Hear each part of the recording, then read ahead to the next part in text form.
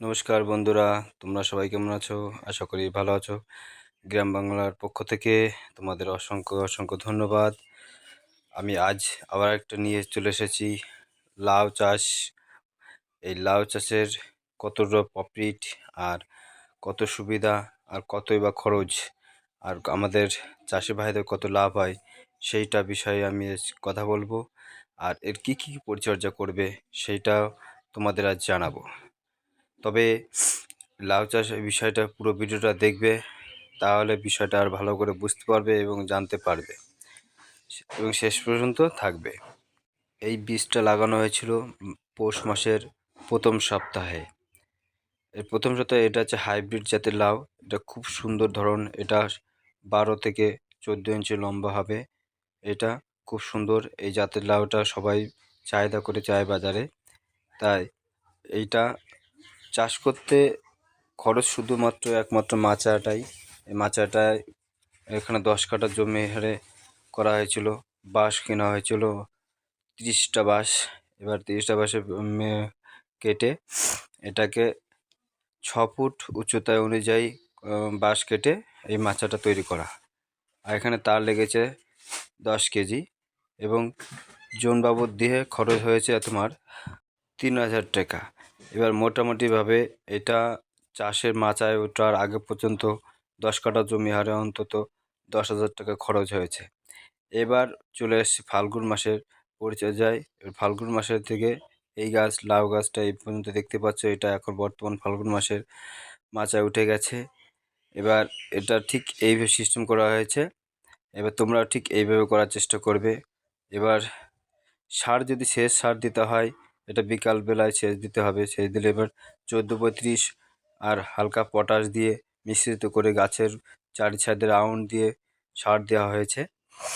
আর দেওয়ার পরে এইটা গাছটা ঠিক দেখতে পাচ্ছ, তোমাদের সামনে প্রত্যক্ষভাবে দেখা যাচ্ছে এরকম গাছ হয়েছে।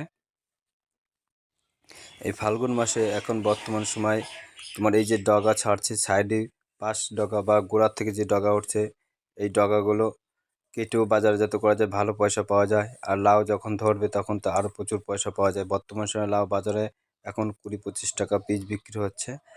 এবার এই লাউ গাছটা ঠিক সেই সঠিক সময়ে লাউ গাছে উঠবে এবং বাজারজাত করা যাবে।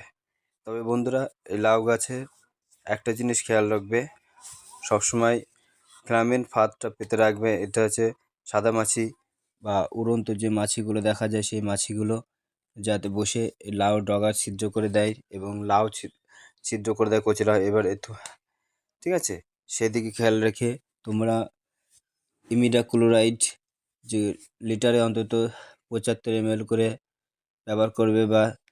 আর সেটা ইমিডাক্লোরাইড গ্রুপের যে কোনো ওষুধ, যেমন কনফিডার, অ্যাডমায়ার, এই ধরনের যে ওষুধগুলো ব্যবহার করবে।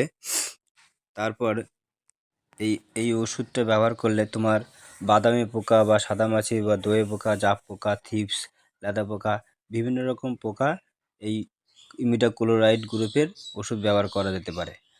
তাহলে সমস্ত পোকাগুলো মারা যাবে। আর একটা জিনিস খেয়াল রাখবে, অন্তত প্রতিটা সময়ে এবং প্রতি সপ্তাহে একবার করে অন্তত ধসা পশু ওষুধটা ব্যবহার করবে। ধসা পচা ওষুধ পাওয়া যায় 2-3 রকমের। এক সিস্টেমিক ফাঙ্গিসাইড আর কন্ট্যাক্ট ফাঙ্গিসাইড। এছাড়াও পাওয়া যায় উভয় মিশ্রিত ফাঙ্গিসাইড। এই উভয় মিশ্রিত ফাঙ্গিসাইডের মধ্যে রয়েছে যেমন সাপ, টার্ফ, এগুলো রয়েছে। তার মধ্যে পাওয়া যায় কার্বেন্ডাজিম ম্যানকোজেব গোত্রের যে ওষুধগুলো, এটা ব্যবহার করা যেতে পারে। এছাড়া তুমি অ্যামিস্টার বা অ্যামিস্টার টপ, এটা তুমি ব্যবহার করতে পারো। এটা ভালো কাজ করে। লিটারে 1 ml করে ব্যবহার করবে, তাহলে এই যে লাল পাতাগুলো ছোপ ছোপ দাগ বা সাদা সাদা দাগগুলো, এই যে দাগগুলো থাকবে না। তোমরা এটা ব্যবহার করবে, ভালো খুব সুন্দর কাজ করে এবং ব্যাকটেরিয়া নাশক ওষুধ এটা। এটা সাধারণত ফুলেও ব্যবহার করা যায় এবং এতেও ব্যবহার করা যেতে পারে।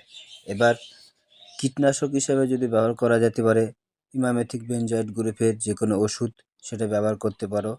এই ওষুধটার কাজ সাধারণত পাতা, ফুল, ফল ও কাণ্ড ছিদ্রকারী পোকা নিয়ন্ত্রণ করতে পারে। এই কীটনাশক পরিচিতির প্রতিটি পর্বে কীটনাশক মধ্যে কেমিক্যাল কম্পোজিশনটা থাকে। এই ওষুধটা যেরকম তার মধ্যে পাওয়া যায় টার্গেট, এটা লিটারে 1 ml করে ব্যবহার করতে হবে। এর সঙ্গে সাদা মাছির ওষুধ তুমি ব্যবহার করতে পারো। এছাড়া তুমি ব্যবহার করতে পারো নোভান ডাইক্লোরোভাস 76% ইসি। এটা উড়ন্ত পোকার দারুণ কাজ করে। হ্যাঁ, এটা লার্ভা, ফড়িং বা মৌমাছি ইত্যাদি যে পোকাগুলো পাওয়া যায় বা ফল ছিদ্রকারী পোকাগুলো সেটাও ব্যবহার করা যেতে পারে। এটা দিলে খুব ভালো কাজ করে। এছাড়া রয়েছে শোষক পোকার মধ্যে পাইরিফক্সিফেন ও ডাইফেনাথিউরিয়ান। এটা তুমি ব্যবহার করতে পারো। এটা খুব খুব খুব ভালো কাজ করে। এটা সাধারণত লিটারে 1 থেকে 1.5 ml করে বিকাল 5টার সময় ব্যবহার করবে। আর এছাড়া তুমি দেখতে পাচ্ছ ফিলামেন্ট ফাঁদ, এই ফিলামেন্ট ফাঁদটা ব্যবহার করবে, দেখবে এই লাউয়ের ছিদ্রকারী পোকা থেকে রেহাই পাবে। বন্ধুরা, যদি আমার এই ভিডিওটা ভালো লেগে থাকে তাহলে লাইক, কমেন্ট ও সাবস্ক্রাইব করবে।